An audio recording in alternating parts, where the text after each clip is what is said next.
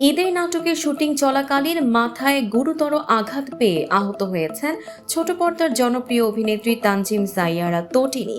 নির্মাতা হাসিব হোসাইন রাখির পরিচালনায় আসন্ন কোরবানি ঈদের জন্য নির্মিত একটি নাটকের দৃশ্য ধারণে অংশ নিতে গিয়ে এই দুর্ঘটনার শিকার হন তিনি। ঘটনাটি ঘটে রোববার সন্ধ্যায় চট্টগ্রামের লেডিস ক্লাবের পাশে মন মঞ্জিলে নামের একটি বাংলোতে। শুটিংয়ের সময় হঠাৎ করেই সেটের একটি ভারী লাইট স্ট্যান্ড পড়ে যায় তটিনীর মাথার ওপর। মুহূর্তেই চঞ্চলতা থেমে যায় সেটে। ঘটনাস্থলে উপস্থিত ছিলেন সহ অভিনেতা তৌসিফ মাহবুব। তিনি নিশ্চিত করেছেন, আমরা সঙ্গে সঙ্গেই তটিনীকে চট্টগ্রামের ম্যাক্স হাসপাতালে নিয়ে যাই। চিকিৎসক জানিয়েছেন মাথায় আঘাত লাগায় তাকে এখন পূর্ণ বিশ্রামে থাকতে হবে। তৌসিফ আরও জানান, তটিনী আপাতত ভালো আছে, তবে সে এখনও চিকিৎসকদের নিবিড় পর্যবেক্ষণে রয়েছে। তাকে কথা বলতেও নিষেধ করা হয়েছে।